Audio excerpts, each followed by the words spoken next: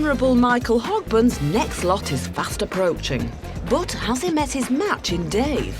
The Duke and auctioneer William Rouse lurk nearby to witness a meeting of minds. Can you tell me what you know about it? It was given to me by a friend.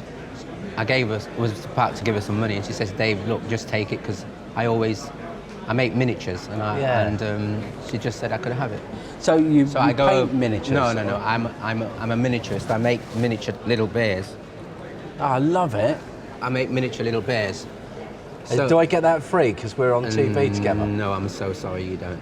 It's very miniature, Yes. isn't it? We'll leave him there to bring you good luck. Oh, okay. He might, you never know. Right, so I make miniature bears and tiny antique miniature toys. So we are talking, to boil it down, trading, bartering, getting a swap. Yes. She gave you that, you gave her a few miniatures. Correct, yeah. Love it a lot. Well, let's go for it. I'll tell you what we've got, okay? When we look on the back here, we've got it on panel. Nice mahogany panel. It's not a pine one, so that's even better. When we turn it over, we've got virtually the original frame. It's an ebonised frame. Okay. And I would say if I was dating this, it would be 1860, 1880. And you can normally tell that by the sort of the style of the painting and things like that. And it's unsigned, which is a shame, isn't it? It is, yeah. You know, if you're going to do something, sign it. Now, William, small oval oil painting on board, continental, what do you think about it? I think it could be Austrian or German, or certainly that part of the world. But it's a good thing, really. I think he should be putting a fairly good price on the table for it. The independent valuers, well, they've gone in with a fairly modest estimation. Where are you going to be? Well, I think 120, 180 would generate some interest. I think they're in the same region. If that goes to auction, there's a reasonable chance that a private buyer will see that at good value for money at a couple of £100. But Hoggy, he likes a picture. Let's see what he puts on the table. I'll tell you what I'd like to pay for it, and I'll tell you what I'm going to bid you for it. See if it works. I'm going to go for 20, 40, £60. My response to that is no way. Okay. Let's get a good way then. What about £80? No way. Really? Really. I'll go 90. I really don't feel like I could go much more. William, what do you think about the £90 offer? Well, it's not an unreasonable offer. I'm sure he can make a good profit, a really good profit at that, so maybe a tiny bit more wouldn't be an unreasonable request. You've heard what William says. He thinks it's a reasonable offer. I think it's on the low side, and I need to get in there and tell our seller. I really don't feel like I could go much more. Oh, David, I need you. You know, he's a mate of mine, Hoggy, and he's a slow starter, but he can get more money down when he wants to do, David. Okay. 100 to 150, 120 to 180 is where the independent valuers are placing it. I think it could do well at the auction, but, you know, it's a gamble. It depends who's there on the day. I'm going to say to you, get that bought. There's profit in that, Hoggy. I see profit in that. Very charming subject matter. There you go. There's two P's in this game. There's profit and there's passion. And you need to have both of those to buy something. Now, I've got the passion there, but I can't see the profit. Okay. And if I pay more than 90 quid, I'm out of the running on that. Okay, I'll go to auction. You're going to go to auction? Going to go to auction. Well, thanks anyway. Bless you.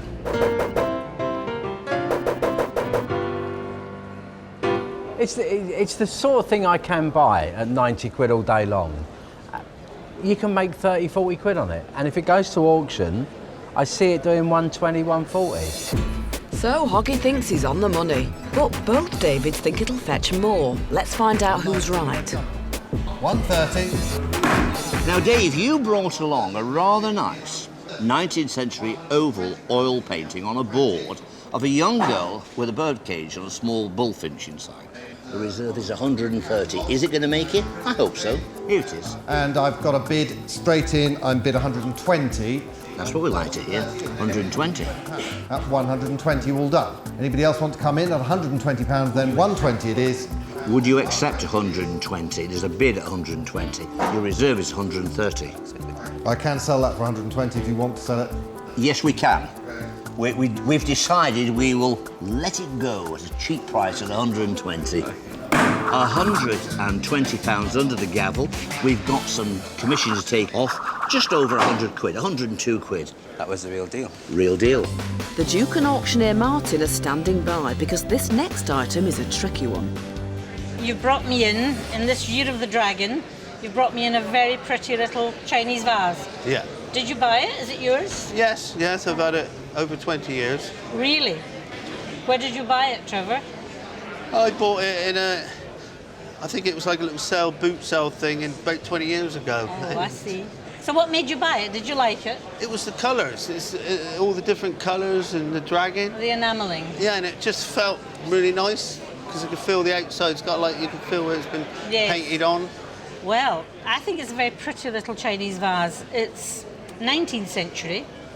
I think the enamelling is particularly nice. And it's interesting, underneath you've got the 6 character letters. Yeah. Now this is telling us this is from a much earlier reign, but they just kept copying them. So this would be a couple of 100 years earlier, the mark, than when the vase was made, because the vase is 19th century. Now, Martin, when this first came through the door, I thought, wow. I saw it being turned over. I saw the character marks underneath. Right. And from a distance, I could see the mark of the Emperor Kangxi, and I thought, oh, what have we got here? But on close inspection, it is not exactly what it seems to be, is it? I think you're quite correct. It's a nice thing, bottle vase, 18th century shape, Kangxi marks, as you know, 1662, 1722. But often the marks were in veneration of earlier rulers, and I think that's what we've got here. So that's interesting. Just because you see early marks doesn't necessarily mean you have found a prize. On the other hand, it might be a right one. Absolutely. It's also difficult for auctioneers because you could legitimately be handling a vase that's 100, 200 years old, but the marks are saying it's 400 years old. Right. Lucky for you, Chinese porcelain is doing very well at the moment. The enameling's nice. It's the Year of the Dragon. You've got 2 dragons chasing a flaming pearl. Yeah. And that's a very typical Chinese style of decorations. You have a few problems here. You've got a crack and a chip. So do you want a lot of money for your vase, Trevor? Oh, a few bob? A bit, if I can. Well, I'll put some money on the table and see where we go. I'm not sure if I'll be able to buy your vase, but I'll give it a go. There's £20. There's £40. £60, Trevor. How do you feel about that? You're not looking very happy about that. No? If I make it £70, are we getting closer, Trevor? No. Not really. £70 on the table. What do you think, Martin? It's probably not enough at this market. We're going out worldwide, globally on the internet. It's worth a bit more. OK. You heard what Martin said. I agree. I think there's potentiality there. I think it's worth more money, and I need to tell our seller. Do you think I have to dig a little bit deeper? Yeah. Here's David. He's going to give you some advice. Let me try and help. Well, you've heard what Helen says. You have early character marks there, which makes it interesting, but it's still 19th century. Nevertheless, it's an interesting vase, and because of the Chinese marketplace at the moment, because of the interest, even in 19th century export wares, I'm going to say there's a reasonable chance at auction, but I'll tell you what they say. They say 100 to 150, 150 to 250. Unless you get more, I'm going to say that probably, because of the character marks, is worth a gamble. Yeah. Thank you. Trevor, you've heard David's advice. What do you think of David's advice? Pretty good, isn't it? Yeah, I think. Do you want me to tempt you a little bit more? But it will be a little bit more, and then I'll put my final offer on the table, and then I'll leave it with you. I'm going to put 20, 40, 60, 80, £90 on the table. That's me finished. Yeah. So you can go to auction and maybe attract an internet buyer, but there's money on the table. So that's £90. What are you going to do, Trevor? I'll go to auction. Give it a chance. Give it a chance. And have a nice day out with David. Yeah. Well, are you going to tell me how much you paid for it? I paid £1 for it. £90 turned down. What do you think, Martin? Can we do better in your auction, even after that commission has been deducted? Well, no pressure there then. If it was mine, I'd send it to auction. OK. I think it's the right way to go. I think there's a reasonable chance of doing much better at auction.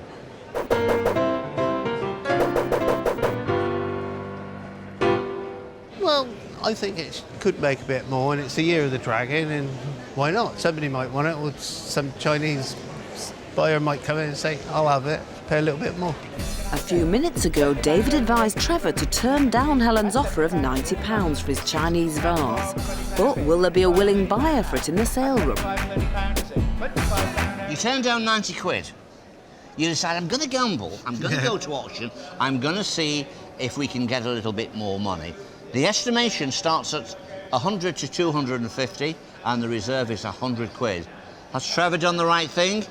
Is he going to pay dividends, or is he going to miss out? Here it is now. Which is the Chinese porcelain bottle vase in earlier style being shown to you now. Tell me where you see it. Where do you want to be? 150? 150 pounds for it? 100 pounds for it, surely? Well, I'll start me 50. 50's bid, thank you. 5, 60, 5, 70, 5. At 75 pounds, and I have. Worth a bit more, I would have thought. At 75 pounds, ladies and gentlemen. 75 pounds all I made here today at 75. Looking around me at 75 then. All done at 75. Last chance at the money. Well, I'm afraid not quite. So under instructions there, so casualty there, I'm afraid. The gavel has just gone down, Trevor, at £75. Didn't get to the reserve of £100.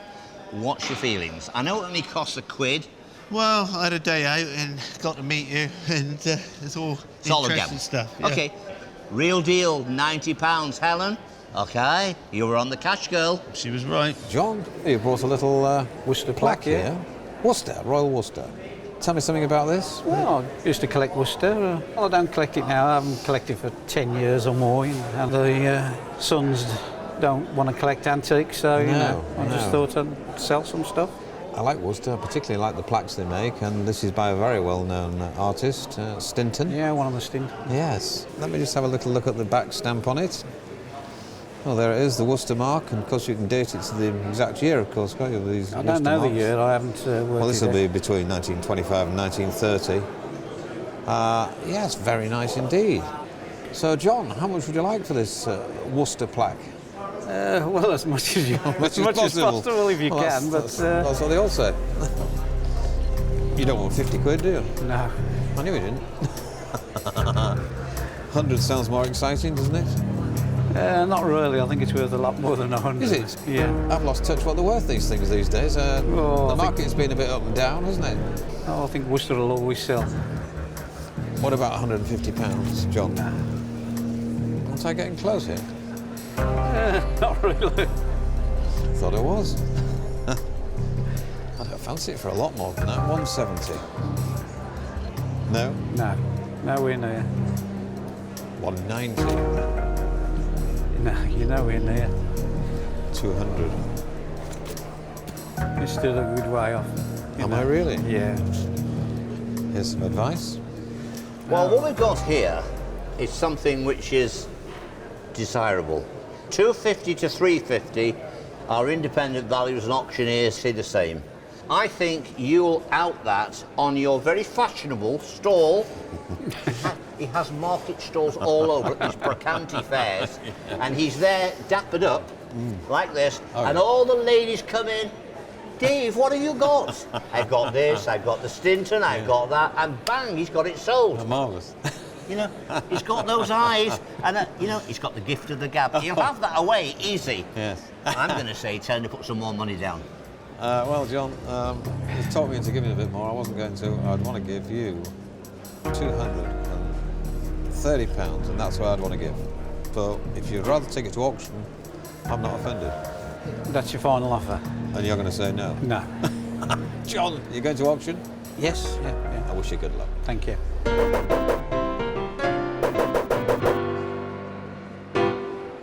Well, I do like a bit of Royal Worcester, and I'm amazed I didn't buy it. I wanted more for it, and I think it's worth about 300, I would have thought.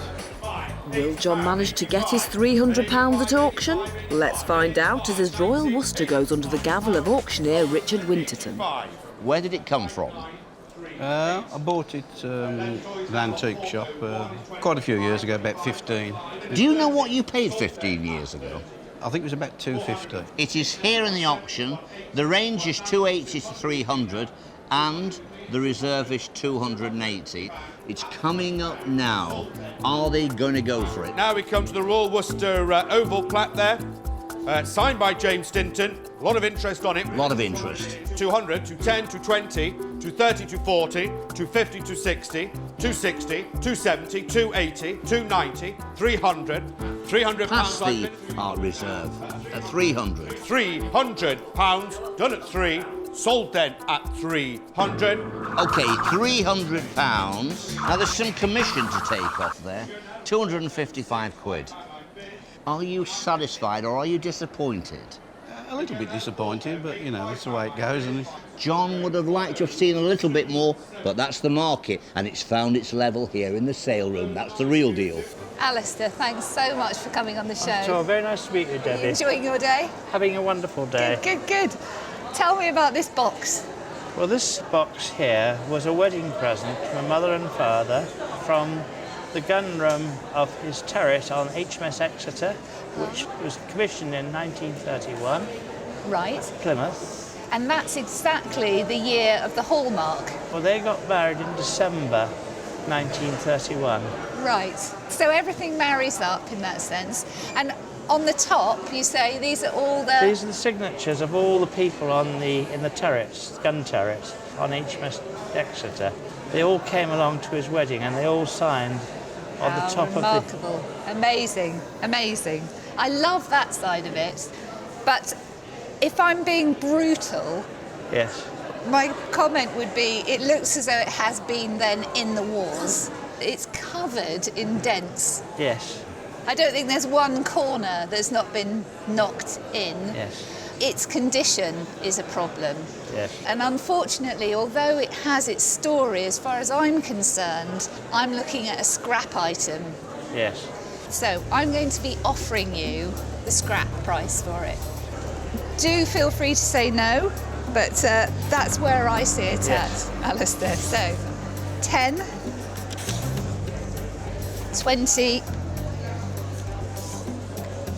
£30. What do you feel about that? Just before you answer that, Alistair. Yes.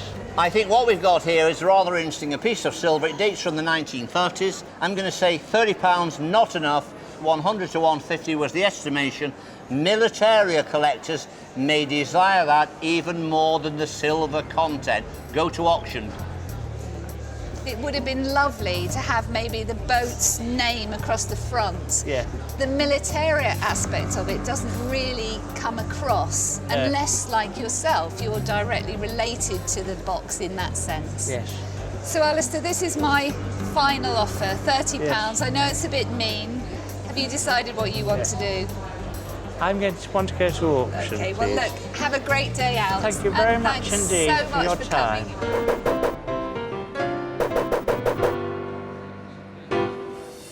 The offer was £30, which wasn't enough. I think it'll bring great pleasure to a military historian. Anchors away, Alistair. Let's see if those militaria collectors are in the room. Why are you selling it today? You're obviously a collector, you've got lots of things. Well, the thing is, we have so little space in the house, and my wife is making me clear things out at the moment. On the day, Debbie, our dear, offered you 30 quid. Ridiculous offer. It's here in the sale room. Let's see what it brings. Moving now to lot 380, the table cigarette casket there. All engraved with the signatures on the top. I'm in at 100. At £100 I'm bid 100, 110. At 110 I'm bid 110, 120. At 120 I'm bid at 120, 120, and sold then at 120. The gambler's just gone down at £120. Take away the commission, it's just over £100, £102. Satisfied or disappointed? Very satisfied. Very okay. satisfied. Very fair indeed. You've heard what Alistair said. He was satisfied on the day. He's taking home £102, and that was the real deal.